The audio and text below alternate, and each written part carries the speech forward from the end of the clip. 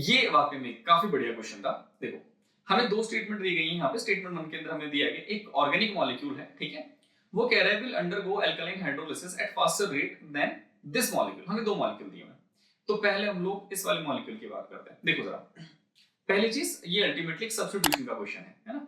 ये सब्स्टिट्यूशन का क्वेश्चन है, तो अगर आपको सब्स्टिट्यूशन की नॉलेज है तो ये क्वेश्चन हो जाना चाहिए। देखो, मेरे पास इथाइल लगा हुआ है, मेरे पास यहाँ पे इथाइल लगा हुआ है, ये है मेरे पास नाइट्रोजन, और यहाँ पर है मेरे पास क्लोरीन। आप एक बार तो पहले यहाँ पे गौर करो। देखो, क्लोरीन इलेक्ट्रोनेगेटिव है ना, तो इसका मतलब यहाँ पे पार्शियल नेगेटिव चार्ज होगा और यहाँ पे क्या होगा, पार्शियल पॉजिटिव चार्ज, ठीक है। और यहाँ पर हम रिएक्शन करवा रहे हैं कि अल्कलाइन हाइड्रोलिसिस, मतलब एक तो OH नेगेटिव रहा होगा और ऑफ कोर्स पानी तो रहा ही होगा वहां पे, है ना। अब अल्टीमेटली होना ये चाहिए था कि ये जो OH आपको नजर आ रहा है ना, ये जो OH नेगेटिव आपको यहाँ पे नजर आ रहा है, इसको करना चाहिए था यहाँ पे अटैक, ठीक है, इसको अटैक करना चाहिए था। लेकिन ध्यान दो, यहाँ पे ये जो नाइट्रोजन है इसके पास है यहाँ पे लोन पेयर ऑफ इलेक्ट्रॉन्स, ठीक है। अब होता दरअसल क्या है कि इस OH के अटैक करने से पहले ये अटैक कर देता है, ठीक है। ऑर्गेनिक के अंदर आपने इस चीज को उम्मीद है पढ़ा होगा। यहाँ पे इसको हम बोलते हैं इंट्रामॉलिक्यूलर सब्स्टिट्यूशन रिएक्शन। और जैसे अटैक करता है तो आपका ये यहाँ से बाहर हो जाता है। क्यों अटैक कर रहा है उसको हम लोग देखेंगे अभी। तो मेरे पास एक्चुअल में जो स्टेट बनेगी वो कुछ ऐसी बनेगी, नाइट्रोजन, और यहाँ पर एक ऐसी सी स्टेट बन जाएगी, और नाइट्रोजन के ऊपर चार्ज कैसा रहेगा, पॉजिटिव चार्ज आ जाएगा, और फर्दर इसके ऊपर आप वाटर का अटैक हो जाएगा, ठीक है। अच्छा, इसको हम बोलते हैं इंट्रामॉलिक्यूलर सब्स्टिट्यूशन रिएक्शन, ठीक है। ये क्या मेरा इंट्रामॉलिक्यूलर सब्स्टिट्यूशन रिएक्शन है।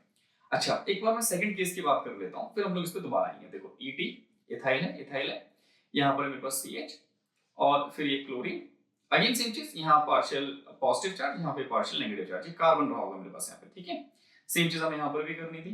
अब ध्यान दो यहाँ पे जरा, दरअसल आपको ये जो कार्बन यहाँ पे नजर आ रहा है ना, ये वाला जो कार्बन है यहाँ पे, इसके पास लोन पेयर तो है ही नहीं, कोई लोन पेयर नहीं इसके पास।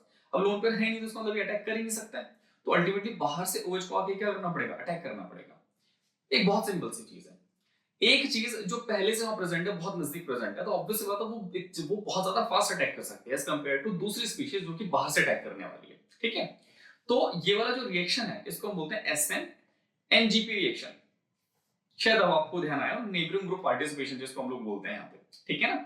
और ये आपकी बहुत बहुत ज्यादा फास्ट होती है as compare to your SN1 और SN2 रिएक्शन, है ना। ये आपकी जो रिएक्शन होगी सेकंड वाली SN2 रिएक्शन है, ठीक है। तो पहली बात, स्टेटमेंट 1 तो करेक्ट हो गई है। स्टेटमेंट 2 में बोला जा रहा है कि ये जो मॉलिक्यूल है नाइट्रोजन वाला, intramolecular substitution takes place first by involving lone pair of electron of nitrogen. बिल्कुल करेक्ट चीज है यहाँ पे, ठीक है।